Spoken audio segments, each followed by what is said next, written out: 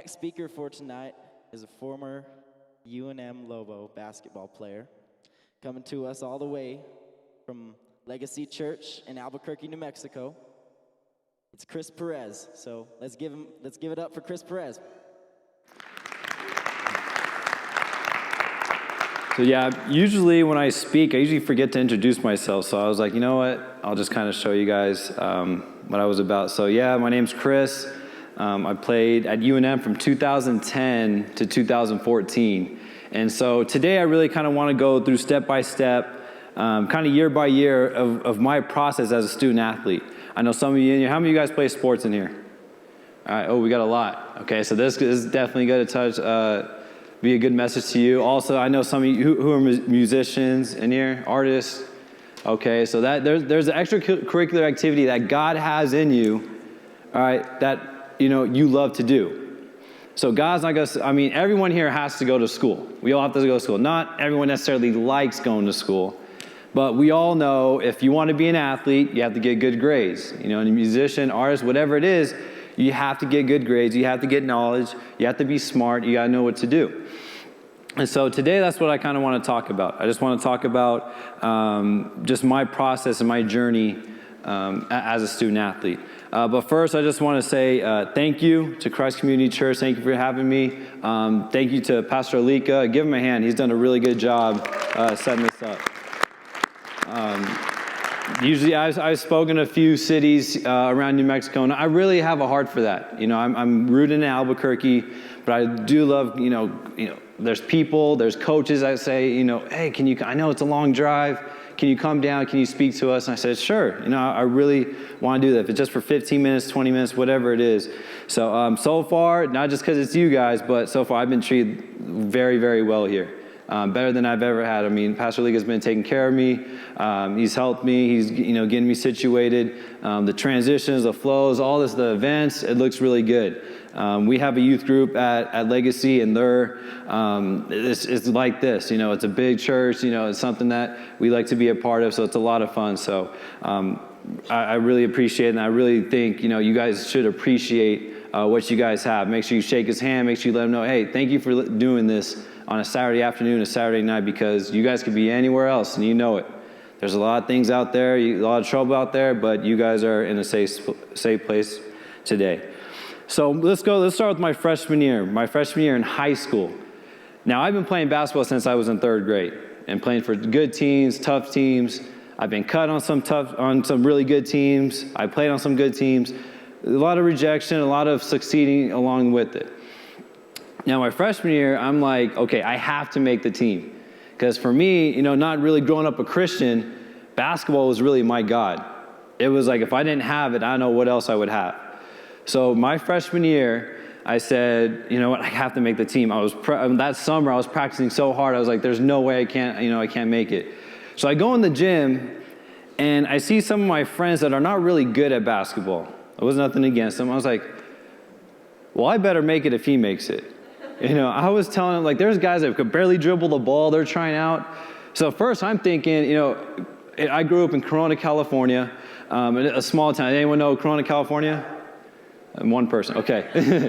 All right. Very small town. Just, no one really knows about it, but still, I was like, it was a really good team, really good basketball program, really good coach. And I was like, I have to make this team. And so I try out, I play hard, and I'm like, you know what? I'm going to make it. I was pretty sure I was going to make it. And so I did. I made the freshman team, and I was working even harder and harder. And, even though I set that as my goal, that wasn't it. That wasn't, we all have goals we set. I mean, we can't all be the CEO of a company. There's some stepping stones to get there. So that was me. Obviously, I want to play varsity. I want to go to college. I want to go to the NBA. But this was the first step, making the freshman team.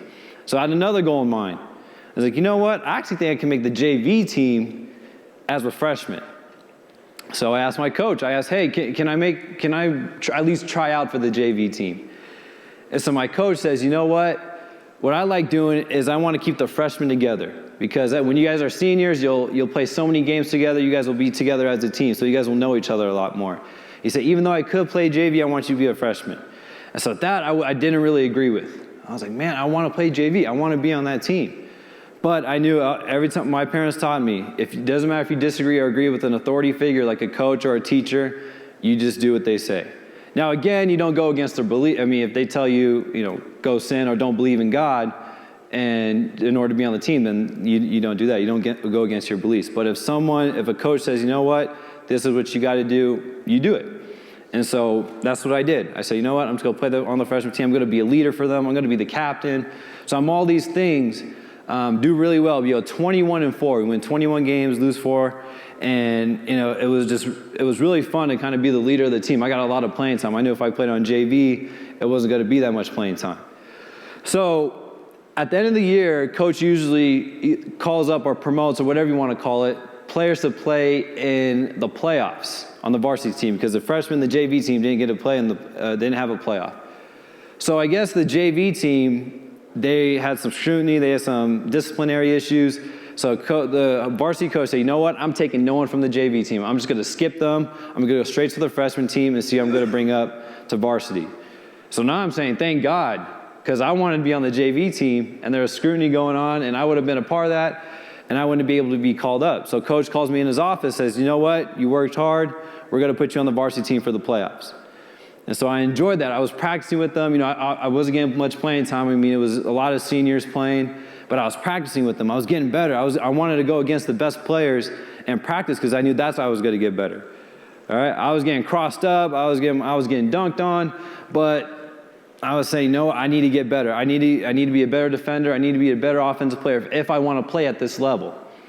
And so that year, we actually win a Southern Section championship. In California, they divide it because it's such a big state. There's the Northern and the Southern. So we win the Southern Section. I get a championship ring for that, and I'm just thankful. My first year in high school, I'm already a champion. I get my first ring. Okay, so now here comes the springtime, the off season. This is basically like the trial for next year, see where coach is going to place us. So first, I'm working out with the varsity team. I'm working out with them. I'm practicing with them. I'm not getting cut yet. I'm like, okay, I think I'm going to make it. Coach calls me into his office again. He says, there's a lot of guards. There's a lot of good guards. They're quick. They're fast. They're strong. We're just going to go ahead and put you on the JV team this upcoming year, and you're going to, again, be the captain, be the leader. And even that, when I looked at that, it wasn't something I was down about. I was just like, well, I guess he's not calling me quick and strong and fast and what he wants. And so that year, my freshman year, that's when I started taking it seriously in the weight room and getting faster and stronger, because that's something I didn't take seriously. I know all of you athletes in here, you could vouch for this. In any sport, you need to be strong and quick. It's a great advantage for you. Because that's something I didn't focus on. I'd be in the gym all day. I'll be in the gym all night, shooting, doing all that stuff, dribbling.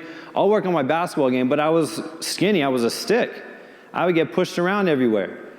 So then then I felt that, okay, I need to get stronger. I didn't really like lifting. I don't like running. Does any of you guys like running? Some do. Are you the track guys?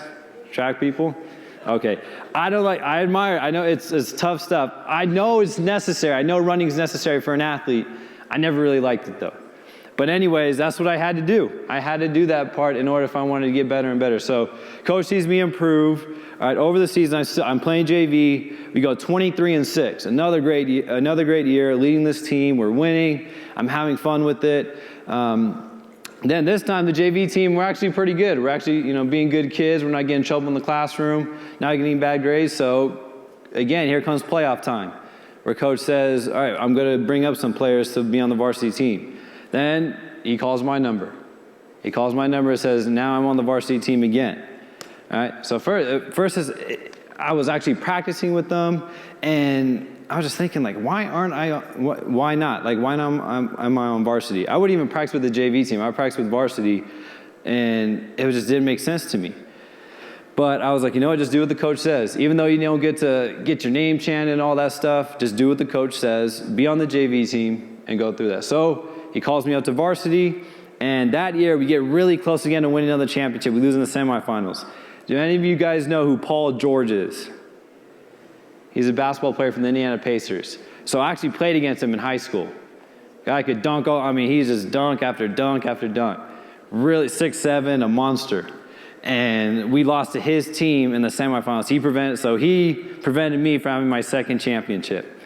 All right. So then I'm like, okay, I have to make varsity this year. I'm a junior. I have to make it. I'm working hard. I'm getting stronger. I'm getting bigger. I'm putting on more weight. I'm bulking up, and I have to do it.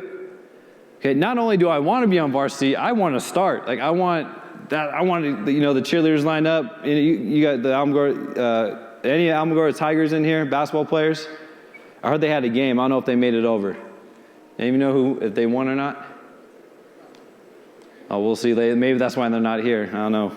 But so anyways, if you're an athlete, you love that stuff. You love hearing your name getting chanted, hear the cheerleaders are lining up, you're high-fiving, all that stuff. And I wanted that. So here comes season. I'm on varsity, okay? Got that. And then coach says, you know what? I want you coming off the bench. I'm like, no, that's not what I wanted. But you're gonna be, he said, you want me to be the first one, just be the energetic guy. If you guys know what I'm talking about in basketball, usually the guy that comes off the bench is the one that needs to go get the loose balls and be the best defender, all right, make the energetic plays. So that's what coach wanted me to do. He just wanted me to get in there, hustle and play hard, and guard their best player. Any of you guys know who Kyrie Irving is? All right, I had to guard him in high school. You guys know Kawhi Leonard? All right, another guy I had to guard. Tony Snell, Kendall Williams, all these guys. In California, that was just, I mean, there's really good players there, players you see in the NBA. Those are players that coach told me as a 6-foot Hispanic kid that I had to go out there and had to guard these tall guys. All right, and it was tough. But I just did what the coach asked me to do. I never backed down from it. Kyrie Irving, he's my age. He was the best player in the nation at the time, and I had to guard him. All right, so that's what coach wanted me to do my junior year. He said, all right, you're coming off the bench to do that. Okay, so then we go and we lose in the semifinals. Again, we don't get another championship. Okay, so now it's my senior year. I'm like, okay, I have to start. It's my senior year. I want to go play college basketball. I don't think I'm going to be able to play college basketball if I don't start. So then again, coach calls me in his office, man, you're working hard, you're playing hard, but I think I like you in that role. I like you in that role. All right? And before we move on, I want you to think of these two things. I want you to this kind of stuck in your head. One is know your role, and then two, ask yourself this question: why not me? And I'll explain to what that means in a minute. Why not me? Okay, know your role, and why not me? So that's what coach told me. I said, all right, I'm going to embrace this role. I'm just going to do it. I don't know what's going to happen. I don't know if this is the right, position for me to be in. I'm going to try. So then it's my senior year in high school. I'm not getting any offers from colleges, and I'm thinking, like, it's over. Basketball is over my senior year. After playing since 3rd grade, wanting to play in the NBA, I'm thinking it's over at 18 years old. And so I'm playing, but at that moment, I remember thinking about that and being depressed about that. And I just woke up one morning, I went to the gym. I said, you know what? If this is your last year, you better make it your best year. And so I did. I didn't pout the rest of the year. I didn't say, oh, well, this is it, so I'm just giving up. I'm not playing hard anymore, because what's the use? I'm not going to go play next year. So I play hard. I keep playing. And it's called training camp. So during that training camp, before the season starts, college coaches would actually come to our practices and watch us and scout us and see what kind of players he wants for his team. So here comes Coach Alfred. You guys know who Coach Alfred is? He coaches at UCLA right now, head coach for UCLA. He coached at UNM. He was actually at one of our practices, and he asked my coach the question. He was like, what about that number 2 kid over there? All right, my number is number 2. What about him? What's he doing? He's like, he's not really going anywhere. He's looking at colleges. He might go to UNM because his family's living there. He might go, but he hasn't said anything. Well, what kind of a teammate is he? These are the tough questions. These are the questions you want your coach to help you out with. What kind of teammate is he? Oh, he's unselfish. He loves being a part of the team. But what about his grades? Really good, 4.0 student. Okay, does he work hard all the time? Every single time. Never have to talk to him about it. He just gives effort every single day. Okay? And there's a lot of times where I didn't think that he was going to, he wasn't for me. My coach wasn't for me. He was against me. But when he told me he talked to my coach about this stuff, I was glad. I was saying, man, Thank you for doing this. But what I really think where it came from is because I respected him. I respected my coach because I knew he was going to do something for me. And he knew I wanted to be a college basketball player. He had all these contacts. He said, you know what, I'm going to help you get there. Because you play in the role I want you to play in, and you didn't quit, that's what I wanted you to do. And so that's what I learned. I said, you know what, I always want to respect authority. And I tell my kids, I'm a teacher now, I said, respect me. I'm not saying because I necessarily want it, it's because that's how God has designed it. He said, respect people in authority. So you respect your teachers, you respect your coaches, you respect your pastors, you respect authority. So that's what I did. So I get to UNM, I get to college, and I'm a freshman now. Back at being a freshman. I'm a walk-on. So walk-on's really, he's not a scholarship player. So I get recruited to walk-on. I don't get my whole tuition paid. So I'm a walk-on, I get on, and I don't play that much. I'm a practice player. Every single year I was a practice player for UNM. All right, so I didn't get much playing time. My freshman year, my sophomore year, that's when it got really, like after my sophomore year, I was just like, man, I want to give up. Like my coach said, as long as you want to be on the team, I'll let you be on the team. But I wanted to give up. I had a girlfriend at the time that was back in California, a long distance relationship, and she's nagging me, oh, you should come back. You should, let's be together back home. So I'm having that through my mind, all this different stuff. My dad calls me and says, you got to do it. You got to stick through it those 4 years. And then one of my teammates talked to me. His name is Kendall Williams, best friend of mine. He just said, hey, let's be straight up. What are you going to do next year? Are you thinking of quitting? I was like, yeah. Well, I need you here. And I was like, why does he need me here? He's a star player. Why does he need me here? And then I go into my coach's office. He says, you know what? You're a benefit for this team. You may not know it, but you're a benefit for it. So I'm like, what? All of a sudden, they're saying this stuff? And one of my teammates, he actually struggled in the classroom, and I didn't. I was like someone that I was able to be smart enough, and I had that, God gave me a good brain, and I thought I was smart enough to do this. And so I actually helped him in the classroom. So I'm like, okay, maybe that's why he needs me. He needs me to help him stay eligible. And that's why he helped with some of my other classmates. Maybe I wasn't the most talented. There were guys more talented than me, but then I was a little bit more smarter than them. And so I helped them in that area. So maybe that's why I was a good teammate. And then my coach said, I benefit the team. I'm like, why? It's because when you play hard and when you work hard, that makes everybody else work hard. Because they don't want a little walk-on kid. They call me a little short kid. I had 7-footers as teammates, and 6'7" guys. They didn't like me getting a rebound or stealing the ball from them or scoring on them. So it made them play harder. And they would tell me, like, man, you just make us play harder. And so I kept going. I'm so glad I kept going because my junior year, it was awesome. We were ranked. I was a part of a good team, part of a good group of people. And then my senior year comes, and I'm like, okay, I know this is the end. I almost got to the NBA, but I know this isn't the end. Okay? But some of us have this mentality, especially athletes, they think, you know what? I'm just going to play at a D2 level or a D3 level. All right, you know what? Maybe high school is just enough. I never thought that. I thought, you know what? It is so unlikely to get to the NBA, but if I shoot for the sun and land on the moon, I think I made it pretty far. And so that's what I thought. If I just shot for just college basketball, I would have fell lower. Maybe that would have happened. How about when we are in classes?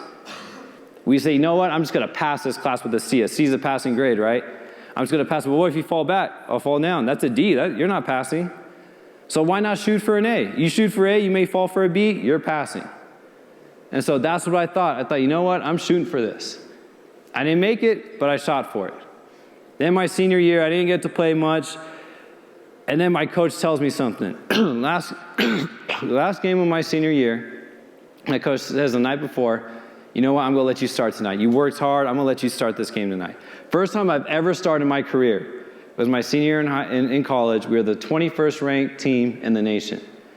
And so I get my name called and everything. I get to start. I only played for about 2 minutes. And then my coach gave me time at the end to play. So this is my last possession. We're going to show a video really quick. My last possession ever as a basketball player. I've been playing since 3rd grade. This is my last time. I was 22 years old. Last time playing, it was a minute left, and everyone wanted me to score. Everyone would say, you know, it's your last chance. Go out and go score. So I didn't think it was going to happen. All right, but let's see what happens in this video. 1 to go, and the Lobos are going to go to 24-5. And now they'll start talking about the road trip to San Diego State. They've been talking about it all week. Perez. Oh, how about that up and under fake? And he lays it in.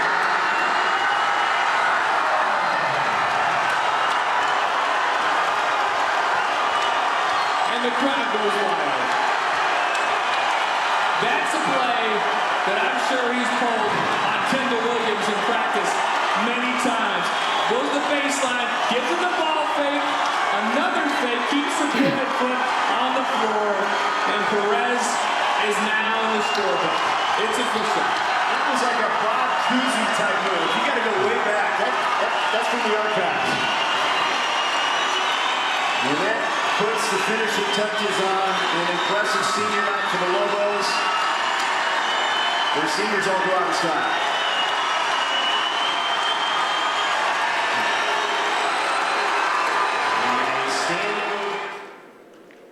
I'll never forget that.